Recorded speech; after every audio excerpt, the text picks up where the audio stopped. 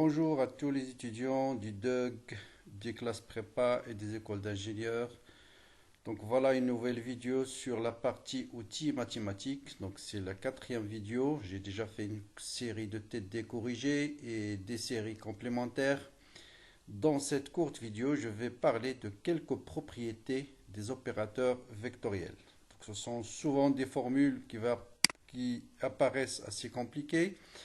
Comme exemple, divergence de rotationnelle de n'importe quel vecteur, c'est 0. Divergence de gradient d'une fonction scalaire, c'est le Laplacien de f. Rotationnelle de gradient d'une fonction scalaire, c'est toujours nul. Ça vous paraît un peu difficile, mais en suivant cette vidéo, qui est très courte, vous allez comprendre facilement ces formules, d'où ils viennent, et vous allez voir que ce n'est pas du tout compliqué. Commençons par la première. Divergence de rotationnelle de n'importe quel vecteur égale à 0. Par exemple, divergence de rotationnelle de B, donc divergence de B égale à 0. Pourquoi? Parce que le champ magnétique, vous allez voir, il s'écrit sous la forme rotationnelle de A. Donc un champ magnétique, c'est un champ dont la divergence est nulle. Comment montrer cette formule? On va prendre un vecteur quelconque qui a pour composante Vx, Vy, Vz. On calcule rotationnel de V. C'est nabla vectoriel V. Et dans le résultat du produit vectoriel, vous avez ce résultat-là. C'est d de v de z par rapport à y, moins d de la composante de v suivant y par rapport à z, ensuite d de v de x par rapport à z, moins d de v de z par rapport à x, et ainsi de suite. Maintenant, je calcule la divergence de ce vecteur. Or, c'est quoi la divergence d'un vecteur? C'est nabla scalaire v. Donc, c'est la dérivée par rapport à x de cette composante-là. Donc, voilà v de x plus la dérivée par rapport à y de v de y, qui est toute cette composante-là, plus la dérivée par rapport à z de v de z. Or, vous voyez maintenant que ce terme-là s'annule 2 à 2. Je prends le premier par exemple.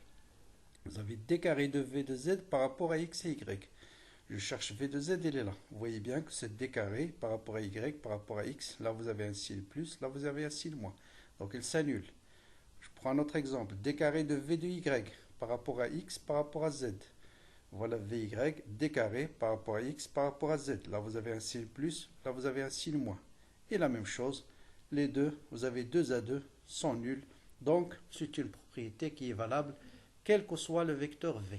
Donc, vous avez toujours divergence de rotationnelle de n'importe quel vecteur égal à 0. Vous voyez la démonstration très simple.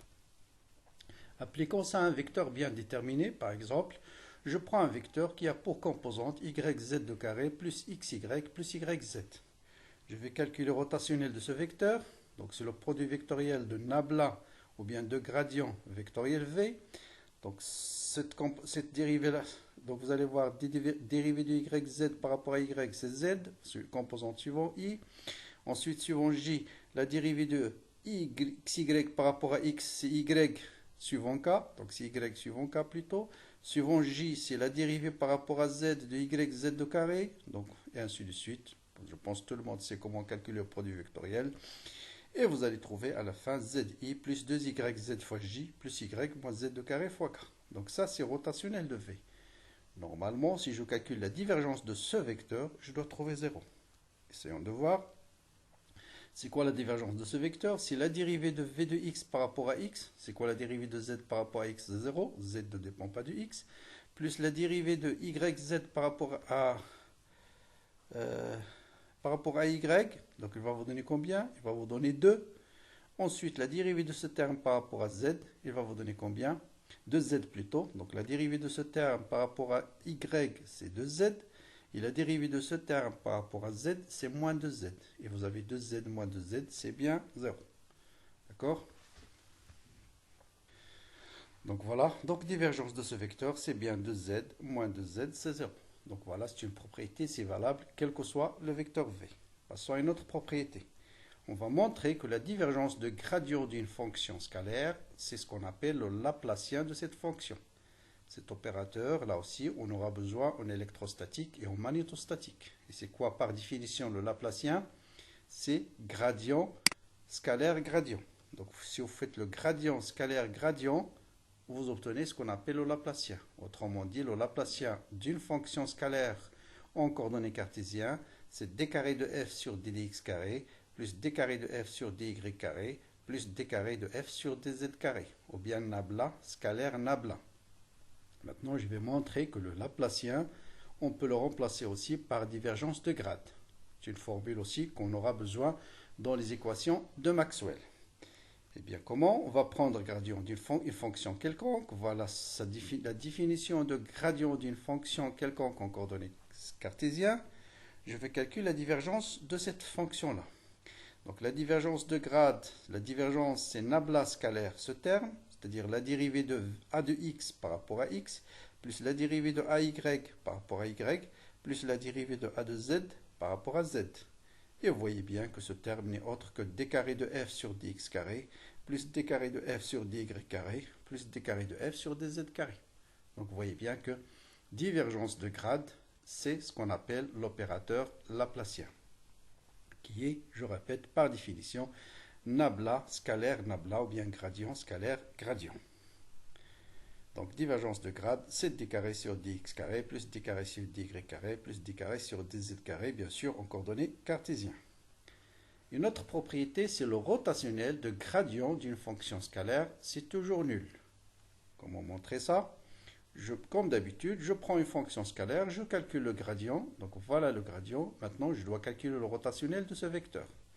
Or, le rotationnel de n'importe quel vecteur, c'est nabla vectoriel v, un vecteur qui a pour composante vx, vy, vz. Maintenant, ce que je calcule, ce n'est pas rotationnel de v, mais ce rotationnel de ce vecteur.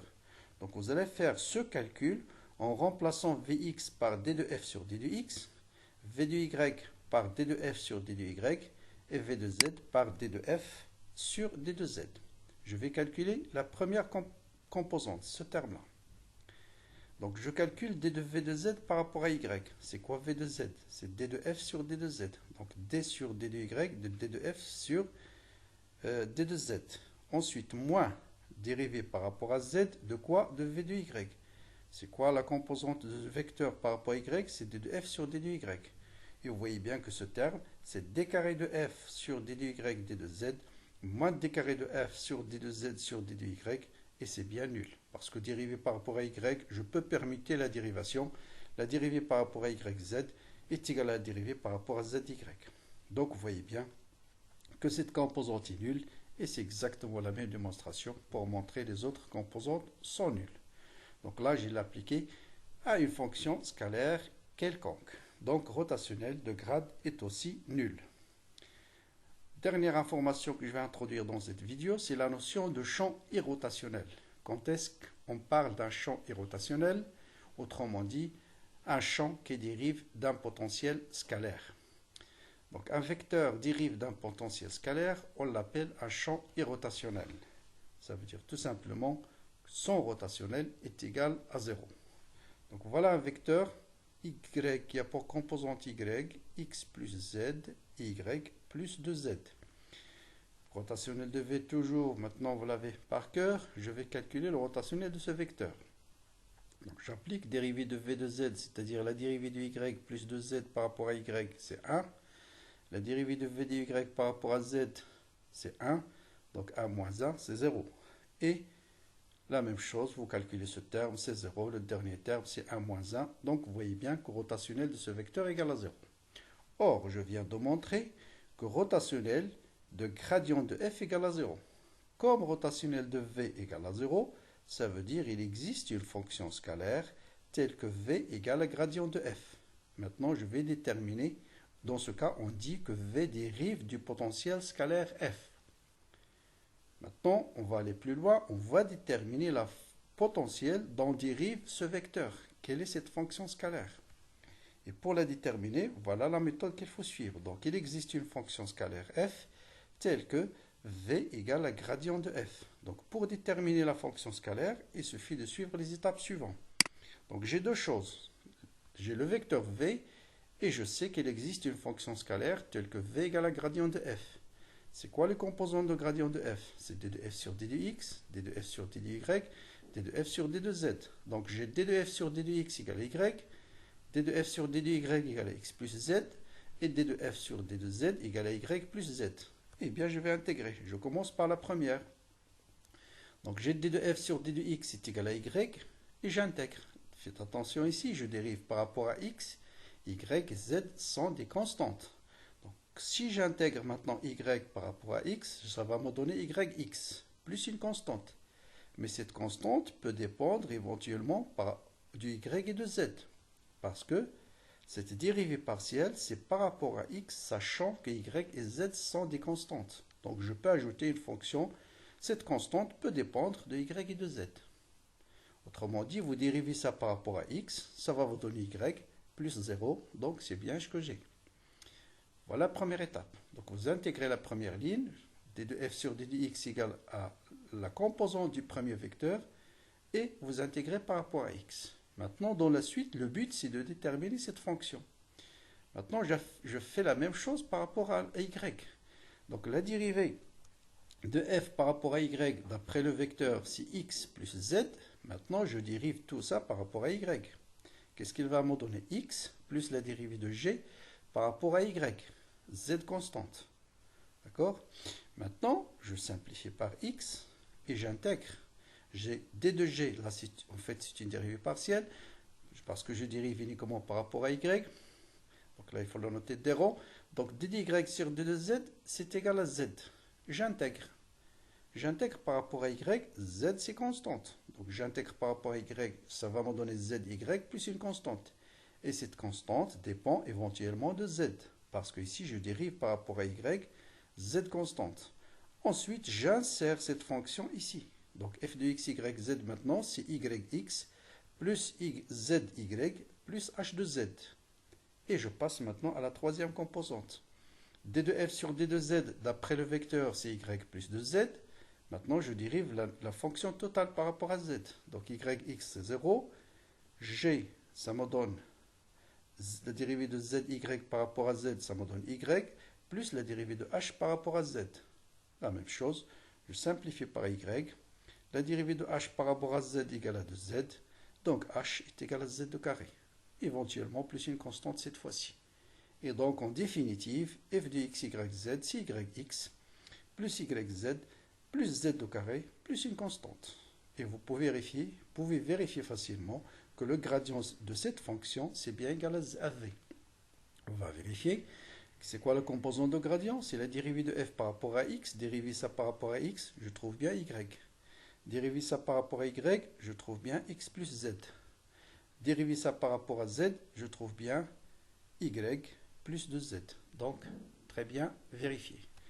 Donc voilà pour cette vidéo. Oh, il reste encore une propriété extrêmement importante dans le cas des ondes électromagnétiques. Je vous donne juste des indications pour la démontrer. Rotationnel de rotationnel, c'est grade div mal le Laplacien. Ça, vous aurez besoin dans le cours d'électromagnétisme. Bon, il suffit de prendre un vecteur V, de calculer son rotationnel, ensuite de calculer le rotationnel de ce vecteur-là. Bon, c'est une expression très grande, c'est pour ça que je ne l'ai pas indiqué ici, mais la méthode, elle est très simple.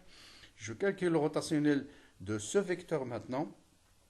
Ensuite, le Laplacien, faites attention ici, c'est Laplacien d'un vecteur. Donc, vous avez Laplacien de v de x, Laplacien de v de y, Laplacien de v de z. Vous faites grade div et vous allez montrer facilement que c'est une propriété qui est aussi toujours vraie. Enfin, n'oubliez pas de vous abonner à la chaîne, de liker la vidéo. Pourquoi? Tout simplement pour encourager pour d'abord recevoir tous les nouveaux vidéos qui seront publiés sur la chaîne.